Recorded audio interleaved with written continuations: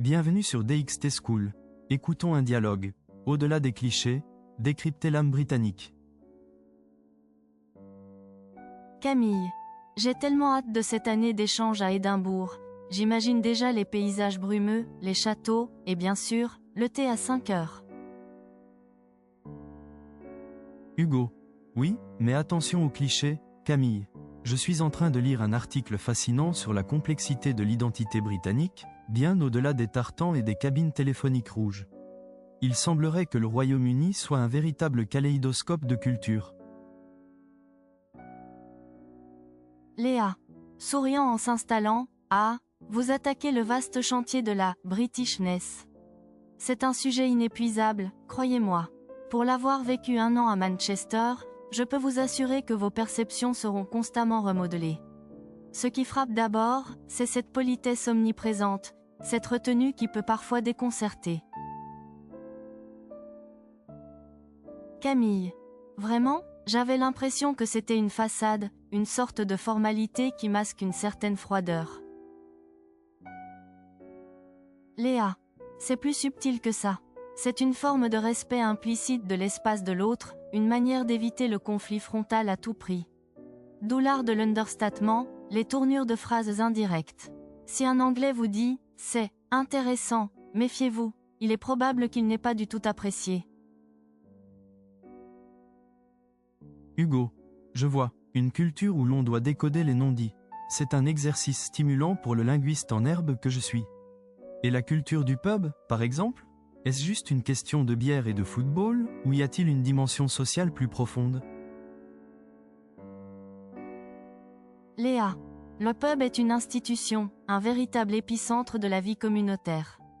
Ce n'est pas qu'un lieu de consommation, c'est un salon public où l'on se retrouve après le travail, où l'on débat, où l'on célèbre.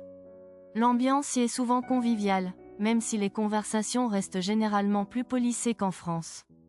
Il faut que vous y alliez pour en appréhender toute la richesse. Camille. Et la monarchie, dans tout ça ? J'ai du mal à saisir l'attachement qu'ils peuvent encore avoir pour une institution qui me paraît archaïque. Léa. C'est une question épineuse, en effet. Pour beaucoup, la monarchie incarne la continuité, une forme de stabilité dans un monde en mutation rapide. Elle est un symbole identitaire fort, un lien avec une histoire millénaire. Certes, il y a des critiques virulentes, des voix qui s'élèvent pour dénoncer ses privilèges et son coût, mais l'attrait demeure palpable pour une large frange de la population. Sans elle, il manquerait quelque chose d'indicible au panorama culturel britannique. Hugo. C'est une perspective intéressante. Et l'humour britannique, si réputé pour son flegme et son cynisme ? Léa.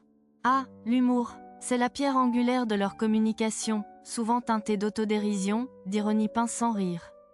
Il faut l'apprivoiser, car il peut être si subtil qu'on risque de le manquer, ou pire, de le prendre au premier degré.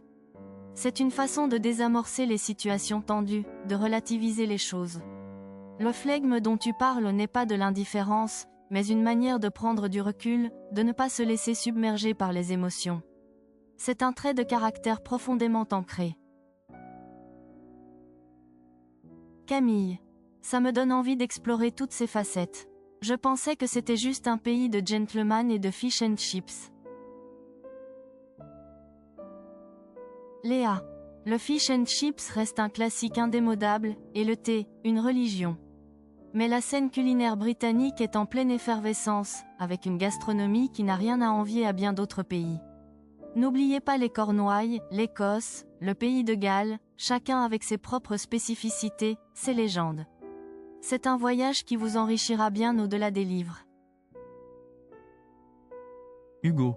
Merci, Léa. Tes éclaircissements sont précieux. Je sens que notre immersion va être plus profonde et plus fascinante que prévu. Camille. Je suis prête à décoder tous les non-dits et à rire des blagues subtiles. Léa.